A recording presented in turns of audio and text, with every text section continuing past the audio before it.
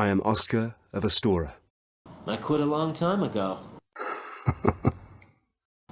I am preparing to leave. I cannot just stay here. I must find my own purpose. Is that a meme?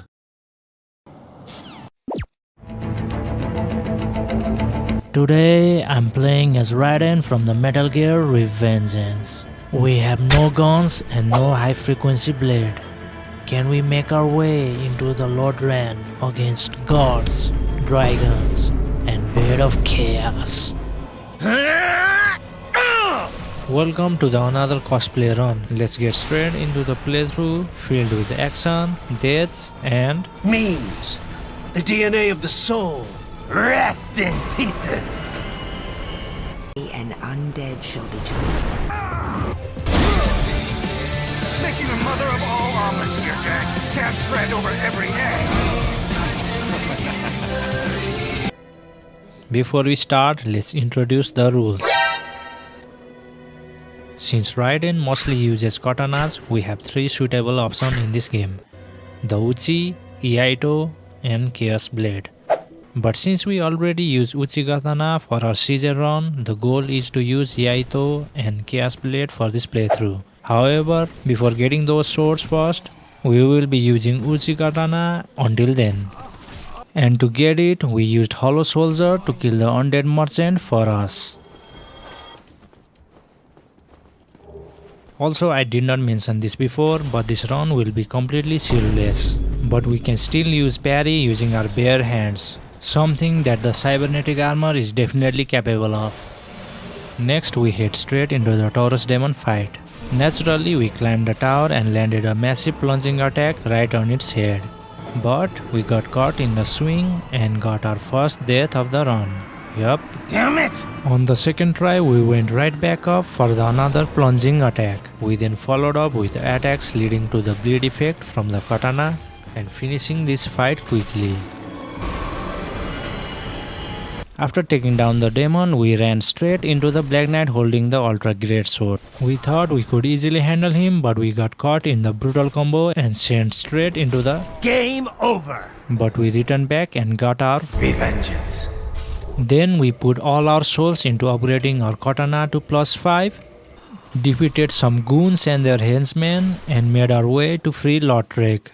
But we weren't looking to make friends, we wanted to dish out his punishment early. But one mistake of trying to kick him turned into the attack, and well, you already know what happens after that.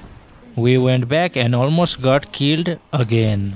But we finally locked in and utilized our bare-handed parry, giving him a taste of his own medicine and picking up his ring as compensation. Who dies next? Next up, the Bale Gargoyles. With our +5 weapon and lightning buff, we were absolutely shredding through the first gargoyle's health bar. We were slicing so fast that the first one was completely dead before the second one could even join the party. After that, we turned around and defeated the second one just as quickly. With the first bell successfully rung, we head back down and immediately ruin the run by accidentally hitting Andre. This man turned into the Prime Mike Tyson and destroyed us in milliseconds. To fix this mess, we tracked all the way back to the gargoyle roof and seek absolution from Oswald. It cost massive amount of souls, but Andre is back to normal and we can finally buy the Titanite shards we need for the Iaito. Next, we head down to the lower undead burg. We then slice through some rabbit dogs and hollows on the way before stepping into the Capra Demon arena. With the dogs taken care of quickly and by baiting his attacks from the top of the ladder, we dish out massive damage and successfully take down the Capra Demon. As always, we grab the large ember, then buy some gold pine resin from our boy Ice Mai, and head into the Graping Dragon boss fight. With our lightning buffed katana, we deal some good damage and cut off its tail for safety. And after a quick 2 minutes of slicing and running away, the Dragon Crocodile hybrid is officially defeated. We are leveling up dexterity so that we can up our damage as much as possible. Since we have to grab the Iaito, we drop down into the Blight Town the official way. God, I hate it here. We deal with some infested ghouls, then take a huge jump to get the Yaito. After that, we just speedrun all the way into the swamp bonfire. Since we are grinding for the large Titanite shards, I would like to ask a question to our viewers who are Metal Gear fans or just gamers in general. Do you guys like Revengeance or not? I know that Metal Gear fandom originally hated this game because it was completely different genre, but do you still hate it now or have you come to enjoy it? Do let me know in the comments. With enough Titanite shards to upgrade our weapon, we head straight into the Koelak fight. Unfortunately, our damage output was pretty bad and we ended up getting caught in a massive explosion. On the second attempt, the damage was still painfully low, but we persisted and played carefully. Why are you running? And successfully defeated the spider boss. With both bells rung, we have successfully opened the door to the Sen Fortress. But before heading there, we defeated Ceaseless Discharge as well by making him stuck. Night. Now that we have Koelak's soul, we are one step closer into making the Chaos Blade. All we need to do now is to get Katana to +10 and visit Giant Blacksmith. So we head back to the Andre, hand him the large ember and upgraded our weapon to +10. With our newly upgraded weapon, we tested out on Titanite Demon and it did not go so well. Man, why are they so tanky? Nanomachine, son! We head down again and defeated the Titanite Demon, which we have to do if we want to upgrade our weapon later. Since we are right next to the Darkroot Garden, we might as well clear out everything we can here. First up is Havel. We use the door and parry our way to victory. Night. Right after that, we go on to take Hydra. Honestly, our sword was slicing its head off so easily, it wasn't even a problem for us. Out of my way! Then, we defeated Golden Crystal Golem and rescued Dusk of Olas Hill. With the souls we gathered, we buy the Crest of Artorias and use the remaining souls for leveling up. Once more, we enter Darkroot Garden, but this time to face the Moonlight Butterfly. We wait for it to finally land and use all our stamina on defeating it quickly. This might sting a little. Next, we leveled up some health and endurance to boost our survivability before challenging Sif. Facing off against the giant wolf feels right up the Raiden's alley. We stayed close, slipped under his sweeping strike and dealt consistent damage until the giant wolf was defeated. We have soft capped our dexterity and it was time to head inside the Sen Fortress. By quickly evading all the traps in the Sen Fortress, we make our way to the hidden bonfire by jumping right off the ledge. Hello there. Then we face the Iron Golem. Finally some Metal Gear in this game. As always, the initial plan was to stagger it and make it fall off the map, but it never quite goes our way. Instead, we had to go with the longer route, slowly chipping away its health bar until it was completely finished. What do we have here? We dump our souls straight into the health, boosting our HP bars so we don't have to worry about self-damage when wielding Chaos Blade. Then we defeated the Painting Garden, but the dead body still having hitbox caused us to fall into our death. And down we go again, but instead of dying, we land near the Guinevere. Also, the knife position instantly reminded me of the Kung Fu Hustle movie. As always, we let the night do its thing. And we have reached the bonfire. We decided to hunt down another Titanite demon for upgrading materials, but the fight turned out to be very painful. Not only he has health more than the previous one, he has awkward and high damaging attacks, and the narrow room definitely doesn't help us. Thankfully, we defeated it on our third try and got our two beautiful demon Titanites. Now that we have access to Giant Blacksmith, we can finally convert our +10 Iaito to Chaos Blade and also upgrade it to +2. With our ultimate weapon ready, it's time to face Ornstein and Smog. Even though we lose health with every single hit, the damage output is good enough that we don't even care. As always, we dealt with Ornstein first, and once he was out of the picture, managing Super Smoke slow attacks became very straightforward, giving us an easy victory. We level up our strength so that we can one-hand chaos sword, and health is health. In search of demon titanites, we return back to the Sand Fortress to hunt some titanite demons. Hold up, titanite demon, demon titanite. Okay, I did not notice this first, but if you change the order of the words, one becomes monster, another becomes upgrading materials. Is that right, Miyazaki-san? Hai, so desu ne. To fight the titanite demons down in the Sand Fortress Tower, we need to head back to the Undead Asylum for the rusted iron ring. And since we are already here, we decided to drop in on the stray demon to show him our new weapon. The high bleed build-up from the Chaos Blade worked flawlessly here, dealing massive damage until the boss was defeated.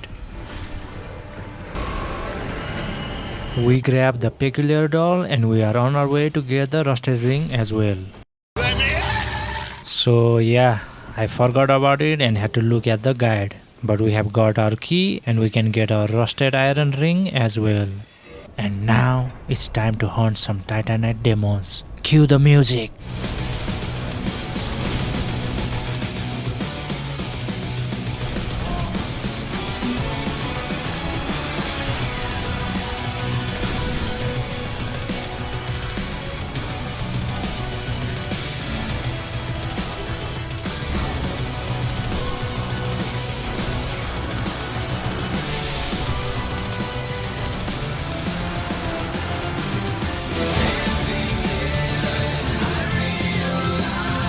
Why won't you die? Nanomachine, son!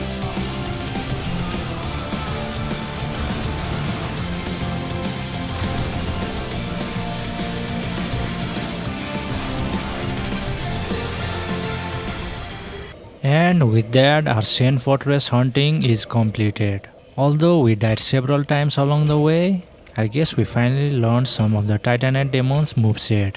Now for the important part. It turns out I completely missed the Demon Titanite hidden in the Anarlondo chest. Look, I rarely play with boss weapons, so I completely forgot all about it. So, we head straight back to Anarlondo, grab the remaining Titanites and upgrade our Chaos Blade to max level. And while we are here, we defeated Gwendolyn as well.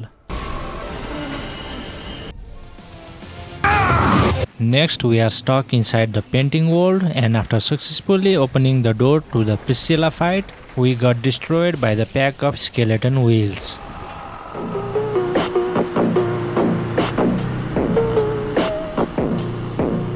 Now, the Priscilla fight itself was easy. With just 2 quick slashes from our blade, we completely break her invincibility.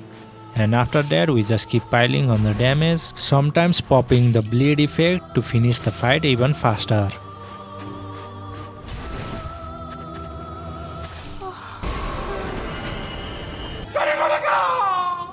With Lord Vessel added to altar, we start our hunt for the 4 Lord boss, starting with the closest one down the catacombs. But first, we have to finish Pinwheel.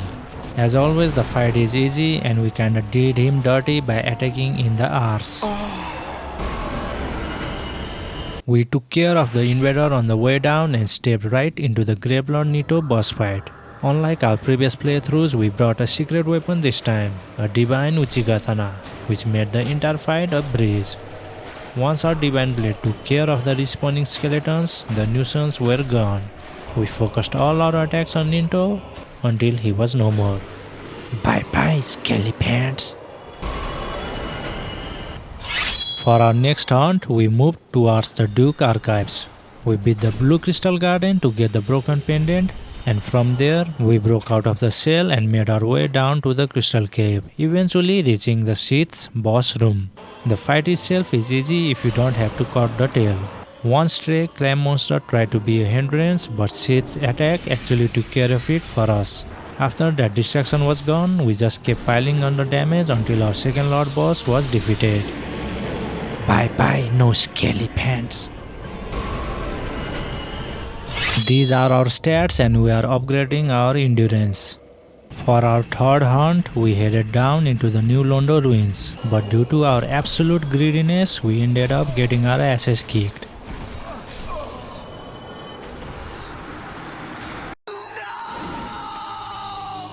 Now for the Four Kings fight itself. It was going great until it suddenly wasn't. We tried to evade their massive blast, but our rolls completely doomed us to die. We went back in for the round 2 and absolutely destroyed them. We defeated each king before the next one could even spawn in to gank us. He didn't even use his blast attack or grab, leaving us with an easy path to keep slicing our way to victory. Brother, this guy stinks! Bye bye, gang squad. We invested our souls into endurance, and leaving the worst lord boss of the run for the final, we began our venture toward its base. And to reach the heart of the zone, we first have to overcome a few tedious obstacles and enemies along the path. So let's get right into the action.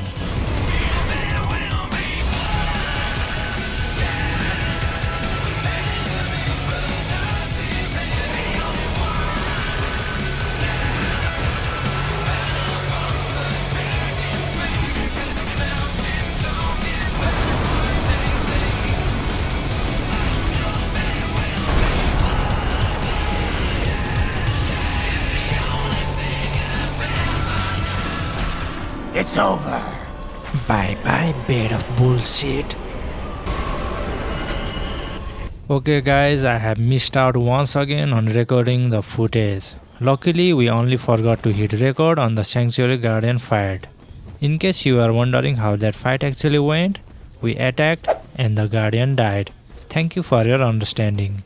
Now let's focus on our huge battle. Similar to Jetstream Sam, this battle focuses entirely on a one-on-one clash of skill and technique. The strategy was simple: evade, counter, and absolutely refuse to let him power up. Every single time he tried to slide away, we ran up and smacked him right out of it. We just rinsed and repeated this process over a longer period until the corrupted legend was finally free. Next on the hit list was Black Dragon Calamite. After the dragon was injured, we headed there to finish the rest, but the first fight did not go so well because we got On the second fight, we thought we were safe from his fire, but Calamite quickly humbled us. Determined to win, we went back for the round 3. The battle took longer this time because we were playing super defensively, but we kept hunting for the blind spots and chipping away his health. Finally, we beat the dragon and got our sweet Revengeance. Time to dive deep into the Chasm of Abyss to face the final challenge of the DLC. But first, we save the Sith as always and then head straight into the boss fight. We dodge through his massive hand slams and punish him with quick slices from the Chaos Blade. The battle was going good. We were using Silver Pendant to avoid the Dark Bait spams, but one mistake of item switching cost us the whole run. After that stupid mistake, we ran it back for the rematch. This time, we used the item perfectly, dodged most of his physical combos, and let the Chaos Blade do the talking. No blunders until the menace was completely destroyed. Since we have completed the DLC, it was finally time to finish the game. I was honestly skeptical about the Chaos Blade taking away our health bar per hit, but during the actual run, I barely even noticed it making the difference. Also, if you parry riposte, Chaos Sword does not take away our health. Now, it's time for the final fight against Gwen. The plan was to use our bare-handed parry to secure the win, but my timing was going poorly at first. We died 2 times in a row, but on the 3rd try, we did well. Though the parry was not clean, we did manage to defeat the final boss. And with that, our journey as Raiden has been completed. If you are still watching the video, hope you have a great day. Make sure to subscribe and let me know in the comments what would you like to see on the next run. And I'll see you soon.